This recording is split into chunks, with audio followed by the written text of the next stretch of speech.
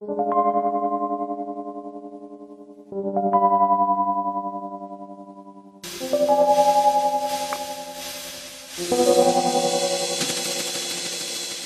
big question is, how can we nurture creativity in education? Researchers define creativity in slightly different ways, but the common thread is that it involves developing something unique and novel and relevant and useful.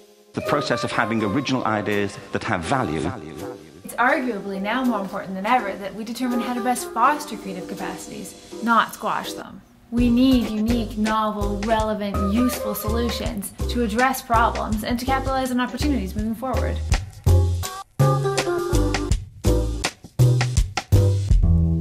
There's a range of actions we all take when developing a unique, novel, valuable idea. It's called the creative process. Although there are lots of ways to conceptualize it, it basically involves 4 periods. A period of gathering information and inspiration to work with, a period of incubation where ideas and thoughts begin to form, a production period where you start to work with your materials, and a critique period to evaluate next steps. These periods don't necessarily follow a particular order or occur in any kind of pattern, and they're not time-bound either. It all depends on the project. Sometimes it's necessary to stay at one period for a long time before moving on to another. And sometimes you have to revisit the same period again and again before you're satisfied, before you figure out how to solve the problem at hand. Essentially, that's what the creative process is, an exercise in problem solving guided by imagination. Imagination is a process of creating what is not, but which could be. Implicit in the creative process is the element of discovery, be it small or significant. Discoveries made through creative problem solving might matter on just a personal level, or it could apply to the broader population, as in research. Discovery. In dealing with the problem, you very often come upon outcomes, images or ideas that emerge that were not anticipated at the outset, but nevertheless are filled with promise. And so you pursue the promise. You pursue the surprise.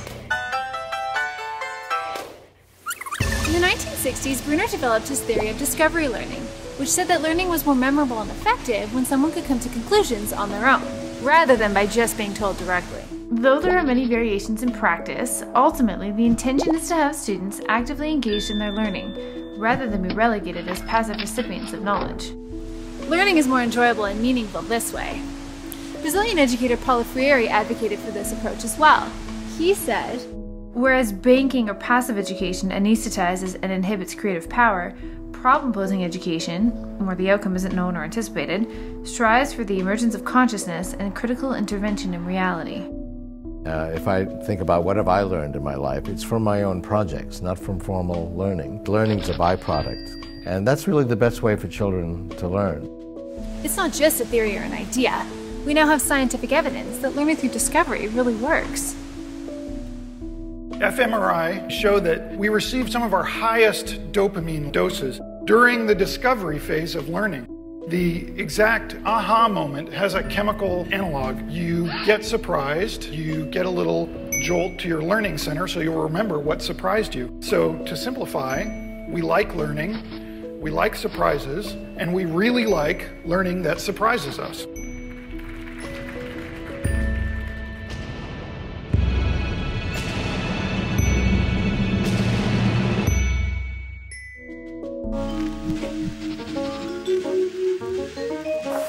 It doesn't take a certain type of individual to be able to be creative. Anyone can problem solve and discover solutions if they're willing to spend the time.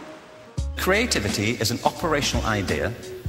You can plan for it and make it happen systematically. When we study people who are really good at something, they all seem to require 10,000 hours of practice before they got good, and that's 10 years, basically 4 hours a day for 10 years. Cognitive psychologists now tell us that talent is not something inborn, but rather, when we repeatedly do something we enjoy, it's linked to physiological changes that actually change and shape us over time. When you're engaging in a form of creativity that really excites you and really attracts you, that intrinsic motivation is related to brain and hormonal changes. By and large, it's our experience that shapes our ability. So viewed from that angle, it's easy to see how important it is that creativity be embedded in every aspect of learning. Every field imaginable uses the creative process to advance without exception. So those who are mentally equipped to meet and address the challenges brought forth in the future, people who can think critically and divergently, who can problem solve and stick with it come what may, will be in high demand. Because ultimately, creative output rewards us all.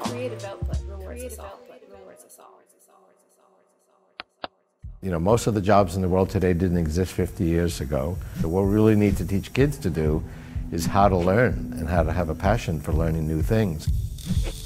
Learning is easy to come by when it's interest-based. When someone is really into something, they're intrinsically motivated to keep pursuing it. And even when challenges arise, if you have the skills needed to tackle them and problem solve, then intrinsic motivation is at its peak. This is what Csikszentmihalyi calls being in flow. It's a phenomenon where a person feels mentally transported, their senses are awakened, and the motivation to work seems limitless because the work seems worthwhile for its own sake. When you are really involved in this completely engaging process of creating something new, as this man does, he doesn't have enough attention left over to monitor how his body feels or his problems at home. He can't feel even that he's hungry or tired. His body disappears, his identity disappears from his consciousness because he doesn't have enough attention, like none of us do, to really do well something that requires a lot of concentration and at the same time to feel that he exists. So existence temporarily suspended.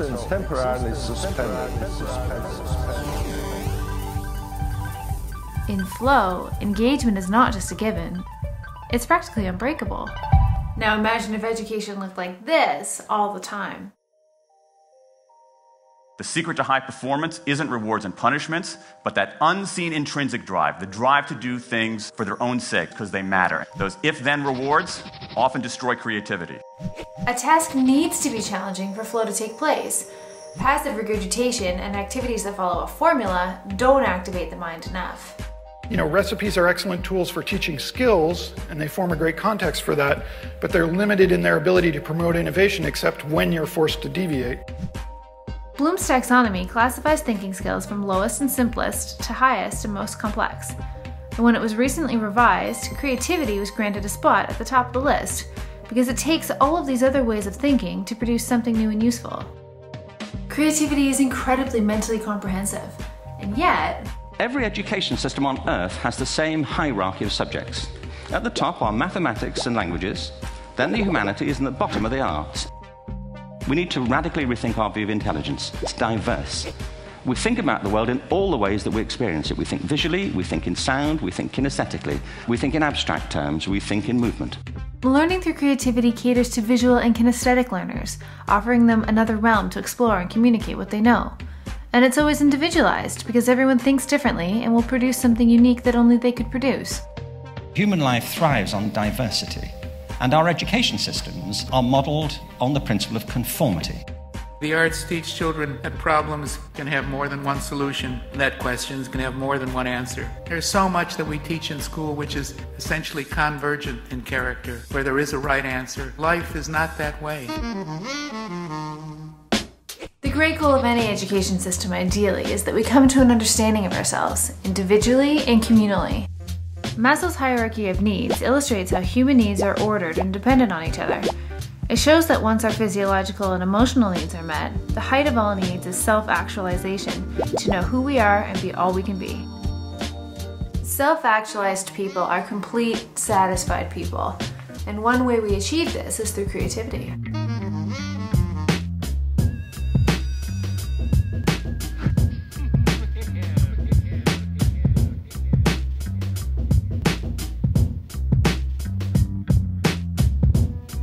So part of the task of education is to connect ourselves with ourselves. But the other great task is to connect with each other through the power of empathy. And all those things get lost in an industrialized, homogenized, atomized system of education. And the price couldn't be higher. And we're paying it every day in disaffection, disengagement, and emotional turmoil.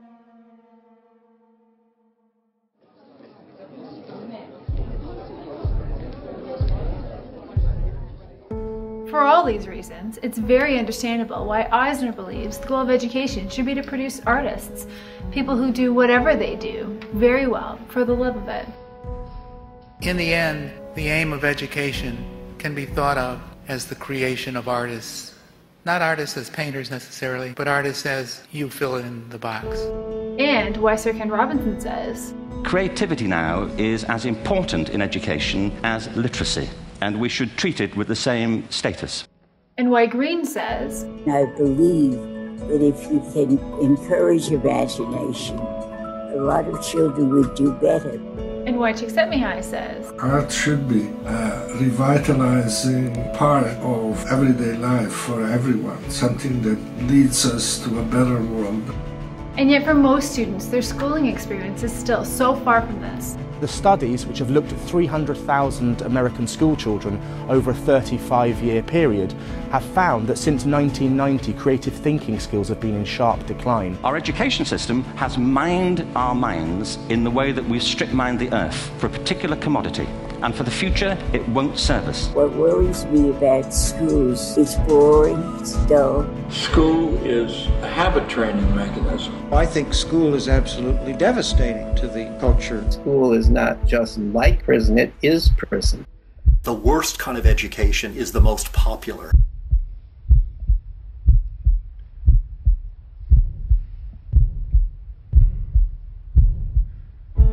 So if creativity is so important, and yet mainstream schooling is deficient in this respect, it begs the question, how do other educational models account for creativity?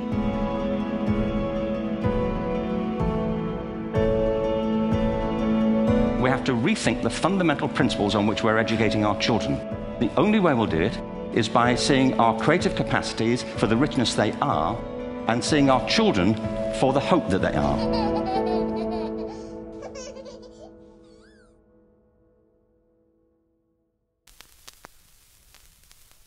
Mama